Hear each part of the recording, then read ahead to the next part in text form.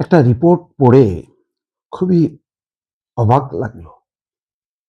এখন তো মনে হচ্ছে পরিস্থিতির কোনো পরিবর্তন হয়নি। খবরটা হলো এই, সেহরি খেতে গিয়ে মারধরের শিকার ঢাকা বিশ্ববিদ্যালয়ের শিক্ষার্থী ফেলে যায় থানায়।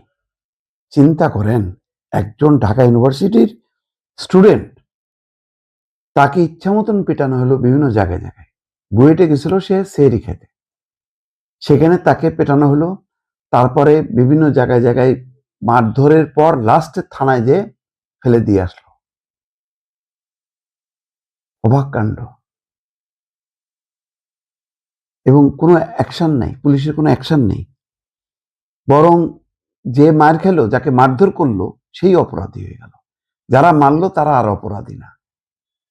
এই যে মববাজির বিরুদ্ধে কত কথা বললাম, বলতে বলতে মানে গলার বোধহয় রগটাও ছিঁড়ে দেওয়ার উপক্রম হয়েছে, কিন্তু না, কোনো চেঞ্জ না। এই সরকারের আমি এখনো সমালোচনা করতে চাই না। স্বরাষ্ট্রমন্ত্রী বলল যে মবতন্ত্র শেষ। কোথায় শেষ? ঢাকা বিশ্ববিদ্যালয় তো রীতিমতো দাপট দেখাচ্ছে। ইমি নামে একটা নারী শিক্ষার্থী ৭ই মার্চের ভাষণ দেওয়ার জন্য তাকে সহ ৩ জনকে যেভাবে মারধর করা হলো প্রকাশ্যে, এবং থানায় নেওয়া হলো, তাদেরকে রাষ্ট্রদ্রোহ মামলা দিয়ে কারাগারে পাঠিয়ে দেওয়া হলো। এই যে শিক্ষার্থী, এখন আগে যেমন জামাত শিবির হলেই যে কাউকে পিটানোর একটা বৈধতা, এখন হলো ছাত্রলীগ বললেই পেটানোর বৈধতা। এখন এই জাতীয় ছাত্র শক্তির নেতা কর্মী তারা, তাদের বিরুদ্ধে এই জাতীয় শক্তি কারা? এরা এনসিপির, এবং এরাই হচ্ছে এই মববাজিগুলি করে।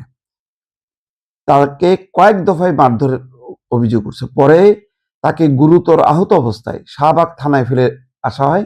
এই সময় একটি মোবাইল ফোন, বাইকের চাবি, মানিব্যাগ ছিনিয়ে নেওয়া হয় বলে অভিযোগ ভুক্তভোগী সেই শিক্ষার্থীর। ভুক্তভোগী রাহিদ খান পাভেল ঢাকা বিশ্ববিদ্যালয়ের দর্শন বিভাগের 2020-21 শিক্ষাবর্ষের শিক্ষার্থী। অভিযুক্তরা হলো জাতীয় ছাত্র শক্তির ঢাকা বিশ্ববিদ্যালয় শাখার নেতা সাইফুল্লাহ, হাসিফ আল ইসলাম, সর্দার নাহিদ ইসলাম শুভ, মোহাম্মদ মহিউদ্দিন, আবরার সহ আরো বেশ কয়েকজন। পাভেল বলছে যে ভুক্তভোগী মারধরের শিকার, যে আমি বুয়েটের কাজী নজরুল ইসলাম হলে সেহরি খেতে গিয়েছিলাম। সেখানে হাসিফ, শুভ, সাইফুল্লাহ, মহিউদ্দিন ও আবরার সহ 20-25 জন আমাকে কোনো কারণ ছাড়াই 2 থেকে 2.5 ঘন্টা মারধর করেছে। সে বুয়েটের আবরারের মতন মনে পড়ছে। তারপরে আরেকজন আছে না, তোফাজ্জল, ওই পট পরিবর্তনের পর শহীদুল্লাহ হলে বোধহয়, তাকে খাওয়ানো দাওয়ানো করায় তারপরে তাকে পিটায় মেরে ফেললো। একই ঘটনা তার ক্ষেত্রে হয়তো হইতে পারত। জানি না তার এখন শারীরিক অবস্থা কেমন। তিনি বলছেন যে আমার দোষ থাকলে আমাকে পুলিশের হাতে তুলে দেওয়া হোক, আমি তাদের বলেছি, কিন্তু তারা আমার কোনো কথা শোনেনি।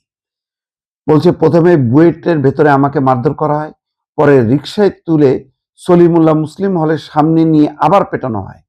এরপর ভিসি চত্বরে নিয়ে মারধর করা হয় এবং রাজু ভাস্কর্যের সামনে কিছু সময়ের জন্য আটকে রেখে পেটানো হয়। পরে আমাকে থানায় ফেলে রাখা হয়।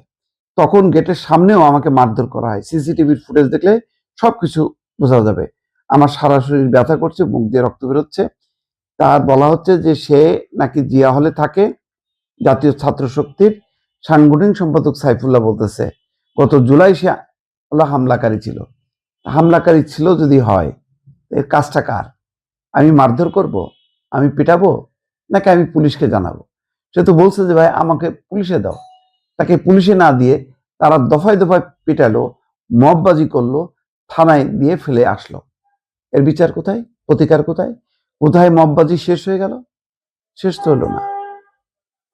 বরং এই যে আবার নতুন করে এটা পৃষ্ঠপোষকতা হচ্ছে। জানি না মানে সেই একই পরিণতি কিনা, একই ধারাবাহিকতা কিনা।